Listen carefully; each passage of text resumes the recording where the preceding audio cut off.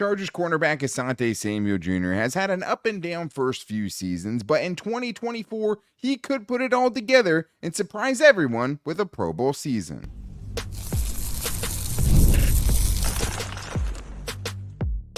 You are Locked On Chargers, your daily podcast on the Los Angeles Chargers. Part of the Locked On Podcast Network, your team every day. What is up, and welcome into the Locked On Chargers podcast. I'm your host, Daniel Wade, joined as always by my co-host, David Drogemeyer, and we've been covering the Chargers together now for 9 seasons, but this is our 7th year as the host of the Locked On Chargers podcast, bringing you your team every day. Thank you to the everydayers out there for always making us your first listen, and to make sure that you never miss the show, go subscribe or follow for free on the Locked On Chargers YouTube channel and listen wherever you get your podcast from. David, what do we got today? Well, Daniel, Asante Samuel Jr. has always been a player that has had a lot of talent, but I think this is the year where he is going to put it all together and earn a Pro Bowl nod. And do the Chargers have anybody that they can trust to go to in the clutch when the game is on the line?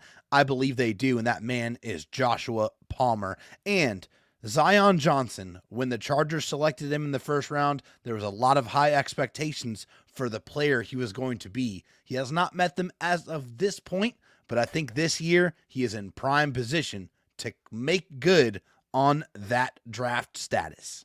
And I think that would be absolutely gigantic for the Chargers offense if he could, because he hasn't been close to that yet. But today's episode is brought to you by Game Time. Download the Game Time app, create an account, and use the code LOCKEDONNFL for $20 off your first purchase.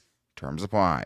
David, we are getting into our Buy or Sell Tuesday, getting into the biggest Charger storylines and overreactions. And thank you to the everydayers who hit us up at Locked On LAC or called into the voicemail line at 323-524-7924. And we have to start here with a great buy or sell brought to us by Chris Saiz, who says, buy or sell, the Chargers will have a player no one expects or is being talked about at the moment to either make an All-Pro or a Pro Bowl. So this is a pretty wide-ranging kind of a question, and I do think there is somebody that we're not going to see coming that is going to surprise a lot of people and make a Pro Bowl, and that's why I'm buying it. And the first guy that comes to mind is Asante Samuel Jr. Going into a contract year, a guy that we know has a ton of potential, but has never quite put it all together, had more interceptions in one playoff game than he's had in any individual season, so we know the talent is there, and we know he can have that kind of ball production. And it does feel like with a new kind of scheme with Jesse Minter, kind of a fresh start a little bit after struggling at times in Brandon Staley's defense, this could be the year. And I think the hard thing with Asante Samuel Jr. is it feels like there's a wide variance of outcomes, but it does feel like one of those outcomes could be him putting together a surprise All-Pro or Pro Bowl season in year 4.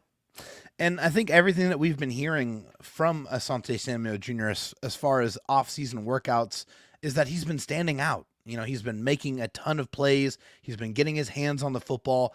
And that right there is something he's going to have to do a lot this year if he wants to earn that Pro Bowl nod. He is going to have to take the football away. He's going to have to intercept the ball. He's going to have at least 5 or 6 interceptions on the season if he wants to be able to put himself in contention to be a Pro Bowl corner. There's a lot of competition. There's some very, very good corners, even in his own division, that he's going to have to compete with in order to earn that Pro Bowl nod. But there's a lot of incentive for him. He's in a contract year, like you mentioned. If he wants to go out there and ball out and he wants to earn a Pro Bowl nod, that is only going to look better on him when he goes back to the negotiating table and says, hey, I just earned a Pro Bowl nod. I'm coming into the prime of my life and the prime of my career. Pay me.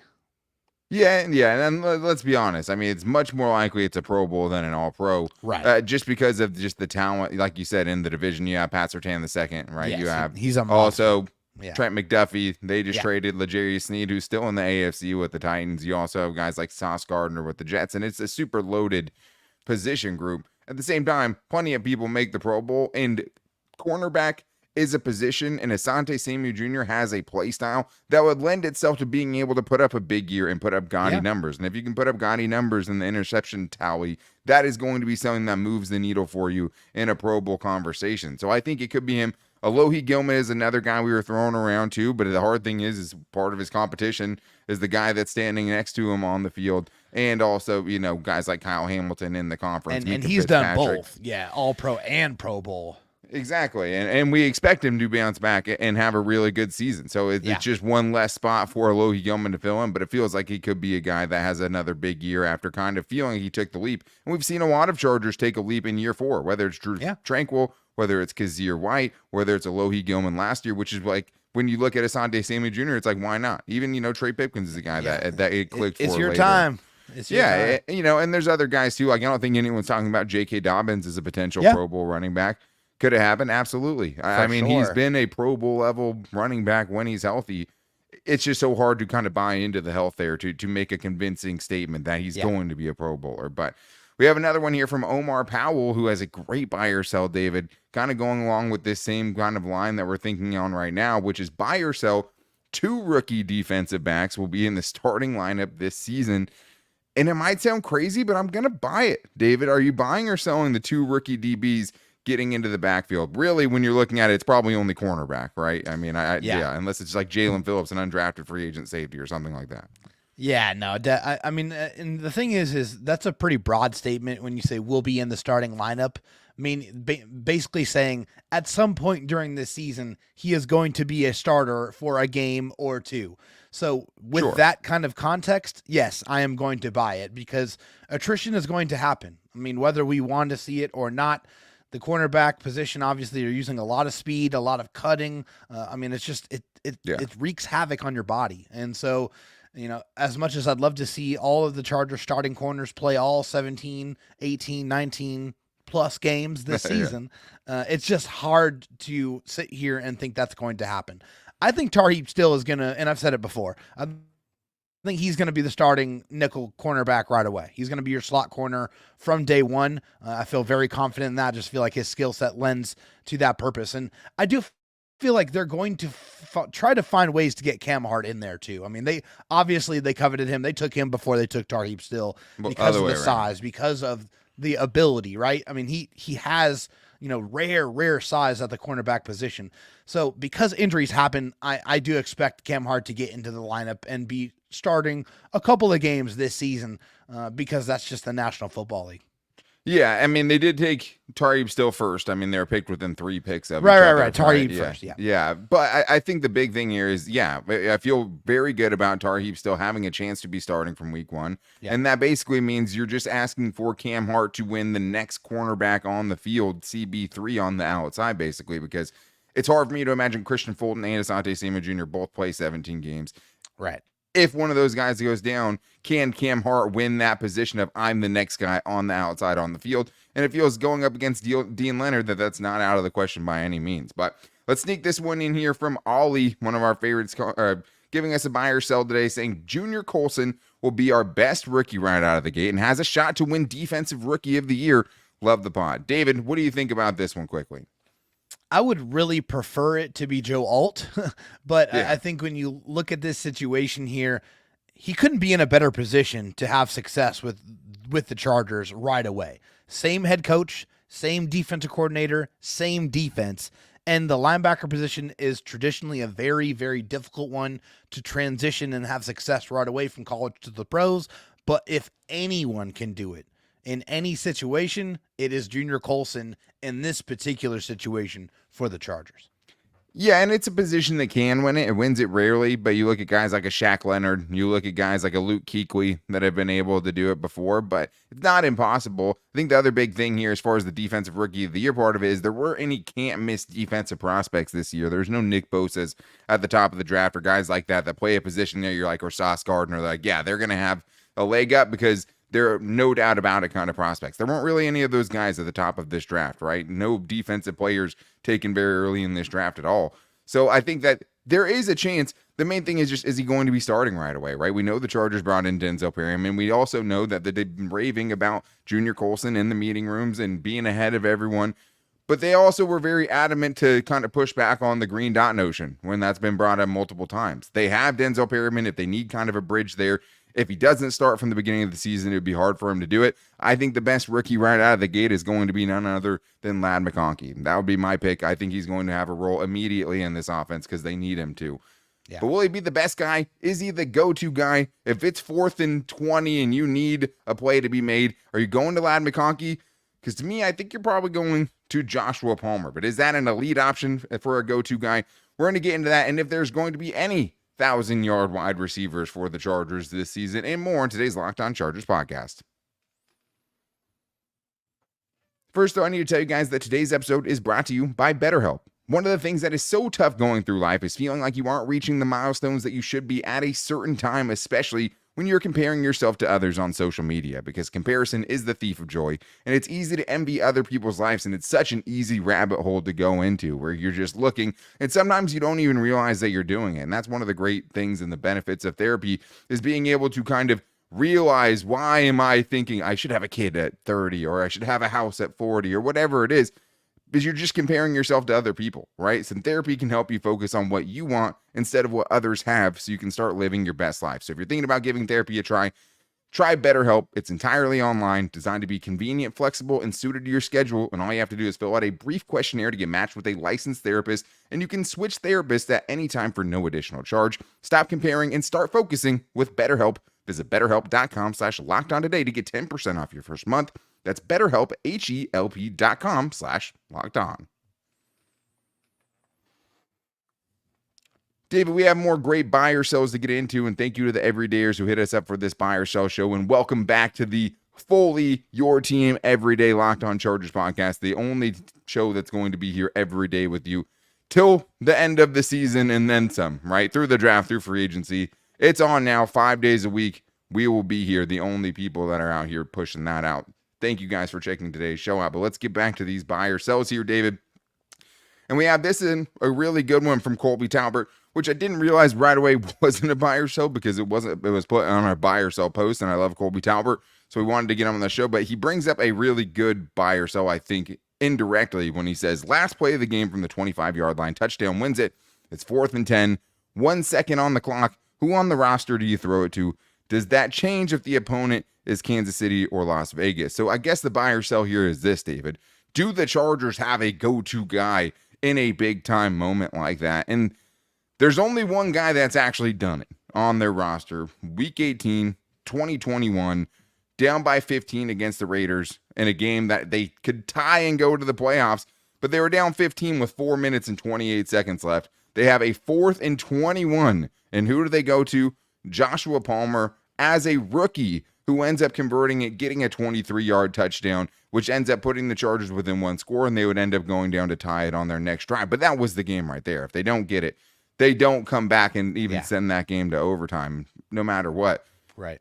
I don't know if he's the top flight guy, David. Like, I don't know if you know, like, that was Mike Williams, right? This was the Mike Williams in that game with 1 second left when you had to have a touchdown to keep the game going. It was Mike Williams that scored that touchdown. But it doesn't make what Josh Palmer did any less impressive, or for him to come through like that as a rookie in that game on that stage in prime time any less impressive. But he feels like he has to be that guy going into the season right now. Yeah, I mean, he's the only one that's done it on the Chargers roster, right? I mean, he's a guy that, with Joshua Palmer, even last season, when the Chargers had to put the game away, who did they go to? They went to Joshua Palmer against the Raiders, and he's the one that was able to seal that victory, and that was a big one. You know, after that performance, they almost blew that game, right? That was the game where Aiden O'Connell threw a pick. Asante Samuel Jr., another guy we were talking about, gets the pick, and the Chargers still almost gave it back to him with time to go try to tie the game again. But Josh Palmer down the left sideline, called game. That was awesome. But he's shown he could do it. And I think for Joshua Palmer, you have to really appreciate what he has done to get to this point, right? This is a guy who really busted his butt to earn that relationship that he now has with Justin Herbert. He's was there before practice, after practice, trying to do every single little thing he could to establish that chemistry and get that trust and earn that trust. So when the game is on the line and he and Justin Herbert needs to get that ball to somebody to go win the football game or to keep the game alive, he knows that he can trust Joshua Palmer to be that guy. And so, yeah, I'm buying that he is that guy. And I think the only thing that stops him from continuing to be that guy for the Chargers is him not being on the football field, right? You got to be healthy. You got to be available. If he is available, he's the guy for the Chargers right now. Yeah, I think the hard thing about this is, in this specific situation, I mean, the Chargers don't really have a go-to jump ball guy. It's not Quentin Johnston's game. It's not even really Joshua Palmer's game, but I think he's the guy who tries to get open the most right now. The problem is even if Josh Palmer's great, right? If you're getting yourself into these situations, you also have to know that the other team's going to know the only guy that we really are afraid of in this situation is Josh Palmer. So I think that's why it's so important for Ladd McConkey to also step up, and I think he will be another guy, probably not on you're saying 4th and 10, but if you're on the 25 and there's 1 second left, it's basically 4th and 25, right? That's basically what this is in this situation. Maybe DJ Chark turns into that guy too. I mean, that's DJ Chark would be the closer than the guys they have, at least as far as being able to come down with contested catches and stuff like that, and a history of making tough catches. But it was Mike Williams before, and we're going to have to kind of see who that turns into in that specific situation. But I think Ladd can be a go-to guy in some situations, Josh Palmer. But I think that leads us right to Athir, who was wondering something very similar, I think. Dan, David, this is your boy Athir. Buy or sell Tuesday. Joshua Palmer will be the number 1 wide receiver for the Chargers and Herbert go-to guy by week 6. I'm buying it. What do you say? That will lead to my bold prediction later. Stay tuned. Let's go. Love you. That's how you do a tease right there. I mean, I can't wait to hear what that bold prediction is. I guess I'm buying it. I've said before that if I had to put my, name next to who's going to be wide receiver 1 for this team, that it would be Josh Palmer. Just because, in second place, it's probably Ladd McConkey for me. And that's just hard to do for a rookie, right? But I do think the part I'm kind of opposite about with you, Athir, here is I think he starts out as wide receiver 1, right? I don't think it's going to be by week 6 he can kind of work his way into wide receiver 1. He is the only guy that has legitimate chemistry with Justin Herbert right now. For me, he is, maybe someone could catch him. Maybe a Ladd McConkey can try to eat into being that number 1 guy, or maybe Quentin Johnston surprises everyone and does it. But to me, you go into it as Josh Palmer's job to lose. I agree. I agree as well. I think it's not something he has to earn. I think he has already earned it up to this point. As in, he's the only guy that's been a number 1 for the Chargers when Keenan Allen and Mike Williams missed games or didn't, was not available. Josh Palmer was there putting up 100-yard games or 99-yard games. He's done it before. He's been able to be a featured wide receiver, and he's excelled in those roles. So I think he is the guy that starts out as the wide receiver 1. I could see Ladd McConkey potentially taking that over, just with his ability to get open, the separation, the route running. I mean, that's a lot to put on a rookie, like you said. I'd love for Quentin Johnston to have something to say about that, but I need to see it before I can sit there and say that. And I think DJ Chark also has the skill set to do that as well. So that's why I feel like this training camp is going to be so compelling when it comes to this wide receiver room, is who is going to be the guy or the guys that step up and take these spots in this Chargers wide receiver room. And that's what will be so much fun when we get to, pretty soon here, just the best training camp battles offensively and defensively. Have those shows coming up on the dockets. Make sure you guys are checking out those. But it also leads to kind of the question of, okay, well, what are the numbers that number 1 guy is putting up, once they emerge? And I think that's kind of where this buy or sell came from Ian Rivers, who says, buy or sell, the Chargers will have 0 players finishing the season with 1,000 yards receiving. Are you buying or selling that? I'm actually going to buy it. I don't feel like there's going to be any receivers here that hit 1,000 receiving yards. I just feel like this is going to be a situation where you have multiple wide receivers that have 750 plus receiving yards. Sure. But I don't think there's going to be any one standout guy because they just don't have that true superstar wide receiver that's going to command the lion's share of the receptions or targets. Yeah, that's tough, man. This was one of the tougher ones I had for sure. Yeah. I mean, and the thing is, like, you go back and look at Greg Roman's time in Baltimore. In the 4 seasons there was one receiver who did it, and it was Hollywood Brown. He did it one time and barely scraped over 1,000. It wasn't like he put together a 1,400-yard season or anything like that. But if you go look back at the San Francisco days, in the 4 seasons in Jim Harbaugh's first stint in the NFL, that Greg Roman was the offensive coordinator, the 49ers had a 1,000-yard receiver 3 out of the 4 years, which I was a little bit surprised to see. And it was 1 year was Michael Crabtree and 2 years of Anquan Bolden. Do you have those guys or guys of that level on the roster right now? Probably not of Anquan Bolden's quality. Michael Crabtree, obviously an up-and-down guy, but one of the best college wide receivers I ever saw. Oh, yeah. It makes it hard. And I think the reason I would buy it is because if there were a guy that I would say could do it, it would be Lad McConkey or Joshua Palmer. And I just don't have enough confidence that either one of those guys is going to play 17 games. Enough to put my name on it with conviction, right? Because we don't come on here and just say, well, you know, we're not hype for no reason. Like, Right. if I'm going to say it, I have to fully believe it. And I just don't have the full trust in the health of those guys to do it, even though I think both of them have the talent to do it.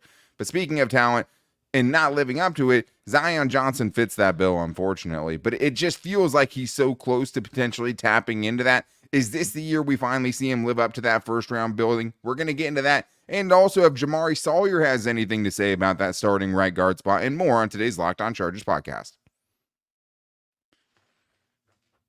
First, though, I need to tell you guys about Game Time because Game Time is an authorized ticket marketplace of Major League Baseball, which makes getting tickets faster and easier, and prices on the Game Time app actually go down the closer it gets to first pitch, and there's nothing like going spontaneously to a baseball game, especially if you're next to a team like I have with the Padres, where a night out at Petco is such an experience, such a great ballpark, and so many memories you can create with it. And if you can find cheap tickets like that on Game Time, and all of a sudden now you're going to a baseball game, there's not many better ways you could spend a summer night. And you know, with Game Time, you're getting the Game Time guarantee, which means if you find a ticket in the same section in row for less, they will match it up to 110% of the difference if you find it cheaper somewhere else. So make sure you guys are checking out Game Time, whether it's for baseball or theater or comedy, whatever it is near you, because if you have an event, if you need a ticket, you go to Game Time because you can take the guesswork out of buying tickets with Game Time. Download the Game Time app, create an account, and use the code LOCKEDONNFL for $20 off your first purchase. Terms apply. Again, create an account, redeem the code LOCKEDON NFL for $20 off. Download the Game Time app today. Last minute tickets, lowest price, guaranteed. David, let's continue this Chargers buy or sell Tuesday, getting into some of the offensive linemen and the bigger questions and kind of, you know, storylines that we have for that group going into training camp, which will be big for that unit. A unit that, if the Chargers are going to be better offensively, they're banking on a huge improvement from this offensive line group. But I do want to make sure everyone is checking out Locked On Sports today because they have something going on. One of a kind, the first ever national 24/7 sports streaming channel where you can get wall-to-wall sports coverage with the local Locked On experts giving you the insight that only people covering their team every day can give you. So make sure you guys are checking that out by subscribing to Locked On Sports Today YouTube channel and also finding them on the free Amazon Fire TV channels app. Dave, let's get to this next buy or sell here, and it is a good one from Deadbolt, who says buy or sell Zion Johnson will finally live up to his draft status. Are you buying or selling that? Yeah, I'm going to buy it. And there's a few reasons why I am going to buy it. So first and foremost, Zion Johnson looks like an absolute monster. I mean, like if you've seen pictures of him so far. If we're going off of looks, then sign me up right now. I will sign that blank check for sure. He looks the part, absolutely. He looks like an animal. He looks like somebody you do not want to mess with right now. Also, I feel like he's going to have a veteran center that's hopefully going to be next to him all season long with Bradley Bozeman, right? That's something you have to hope for. He's going to have some continuity there. Also, I feel like you're going to have a veteran offensive line coach there with Mike Devlin, and you're going to have Nick Hardwick there as well. So I feel like the coaches and the developing ability of those coaches are going to shine through with Zion Johnson. And also, I feel like this offensive scheme is going to lend itself to the betterment of all of the offensive linemen. They're going to be running the ball a lot more. I think offensive linemen will tell you they very much enjoy imposing their will on opposing defenses and controlling the line of scrimmage. They are going to have plenty of opportunities to do that this year in Greg Roman's scheme. Yeah, I think that'll be huge if it happens. It's hard for me to buy into him living up to his draft status. To me, because the reason I would sell it is because to me, if you're taking an interior offensive lineman with a top 17 pick, it's just not a super valuable position, right? And Right. it is more and more. That's kind of overblown. I mean, you see what some of these guards are making. It's plenty valuable. They're making plenty of money. But Yeah. when you take that position, a position that's not often seen, super heavily populated in the first round, I'm expecting you, for better or worse, to be like a top 10 dude at your position. Sure. Like that's just fair. what I'm looking at, right? If you're spending that premier of a pick, if you're spending a first round pick on a guard, I expect you to be at the top. I'm expecting Quentin Nelson, right? Yeah, and Quentin Nelson's a top 5 pick, so like I mean that you better be like the best at your position if you're going to be a top 5 pick at guard. And I don't need him to be the Right. best at his position, but top 10, a top 10 guard in the league, yeah. And just because he's not that doesn't mean he's not going to have a much better season. I don't think we should be looking for Zion Johnson to be living up to his first round draft status, or we just might never see it. We might always be disappointed. If he can be good, if he can be really good, above average player, that's a huge win for you at this point. Yeah. That's a huge win for this Chargers offensive line. And I think he can do it. But let's be honest, we're giving a lot of credence and a lot of just kind of stock put into the Zion Johnson hype train. And he wasn't good last year, right? Like, I mean, lower passing, pass walking game from PFF than Jamari Sawyer, who gave up more sacks than any guard in the league last year. So, like, you need a massive improvement from Zion Johnson, and I think we're going to get one. I just don't necessarily think it means that he's living up to a first-round pedigree, right? And he can't help where he got drafted. But I think you would settle for pretty good or just above average, and I think Zion Johnson can get there.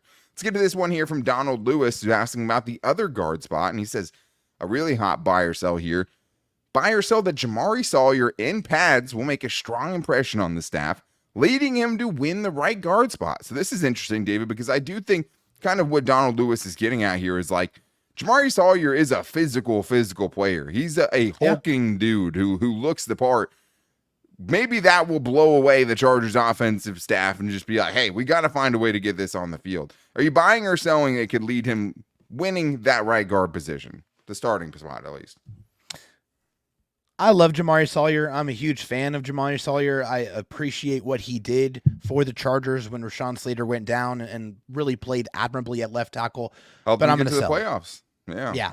Yeah. I am going to sell it though. And the reason why is because it feels to me like Jim Harbaugh really wants Trey Pipkins to be in his starting 5 offensive line group. I mean, he said as much. And the thing with Jim Harbaugh is Jim Harbaugh says what he means. He's been saying it since he got hired with the Chargers. He's pretty much told us exactly what he was going to do. We just didn't really believe it. I mean, that's, kind of our fault there. But I feel like he wants that to happen. He wants Trey Pipkins to be in that starting offensive line group. And also, as much as this shouldn't play a factor in it, it does. Trey Pipkins is making $9 million per season. He is a guy that you can't really put on the bench. I mean, he's going to be in that starting offensive line unit. I think that's the reason why I am selling that for Jamari Sawyer. I would sell it too. And it does feel like from the outside looking in that they have a preference there and that they prefer for him to be that starter at right guard. And that's what OTAs and mini camps would tell us because of the first round reps or the first team reps that he was getting in those practices. At the same time, like part of the reason that we really love the Jim Harbaugh signing, and one of the things that we are hoping to kind of hold this coaching staff to is your paycheck and your name are not the reason that you're on the field, right? Your play is the reason that you're on the field. And there's a chance that Trey Pipkins isn't good at guard. We've never seen it. Very much He so. hasn't, right? Like, and I think that's the point that Donald Lewis is playing. So I would still sell it. I think that Trey Pipkins is going to be the starter. I think he'll be okay at right guard. And, I think there's a reason why they want to put him there. Jamari Sawyer also gave up the most sacks of any guard in the NFL last year. He gave up the 4th most pressures of any guard in the NFL last year. There's a reason they're trying to upgrade on it. And Jamari Sawyer only has 1 year of experience there. There's no saying that he can't get better at playing guard. But it's also 1 more year of experience than Trey Pipkins has playing guard. So I do think this is a training camp battle that's worth getting into. I do think it's one that we'll continue to discuss. throughout training camp and throughout the rest of this offseason. And I don't think it's out of the question, because if Jamari Sawyer is the best guard, he should win the job. If this coaching staff is who we think they are, the best guy should get the job. So I'm not going to rule him out of it yet, even though I would say at this point, I would be leaning towards Trey Pipkins winning that job, because everything outwardly they've said is that Trey Pipkins is going to win that job. So I assume that's what's going to happen. And maybe he is one of their best 5 offensive linemen, like Jim Harbaugh said. I absolutely believe that they believe it. And there's something on tape that makes them want to have Trey Pipkins there over Jamari Sawyer, who, again, really struggled last year. But you have to still think it's a competition and the best man is going to win. But that is going to wrap things up for today's show. Make sure you guys continue back with us this week. We will be back with you guys tomorrow. We will be getting into our training camp battles offensively and defensively soon, because things are ramping up and the first day of training camp is already next week. So make sure you guys are here, because we will be covering it every single day. And to make sure you don't miss it, go subscribe or follow for free on the Locked On Chargers YouTube channel, and listen wherever you get your podcast from. If you're on YouTube and like the show, make sure to give us a like. Make sure you guys subscribe so you never miss it. And you can also find the show every day on all of our social media, on Twitter at Locked On LAC, where a lot of people hit us up for this buy or sell show, on our Instagram at Locked On Chargers, and our Locked On Chargers Facebook page. Me and David also post the show to both of our personal accounts every day. You can find me at Dan Talk Sports and David at Dro Talk SD on Twitter as well. And you can also call into the voicemail line, like our boy Athir, at 323-524-7924. But the doldrums of the offseason are over. Training camp is right around the corner. Things are starting to heat up, and we are so excited to be here with you guys every day for it. So we will be back with you guys tomorrow. Until then, take it easy and go Bolts.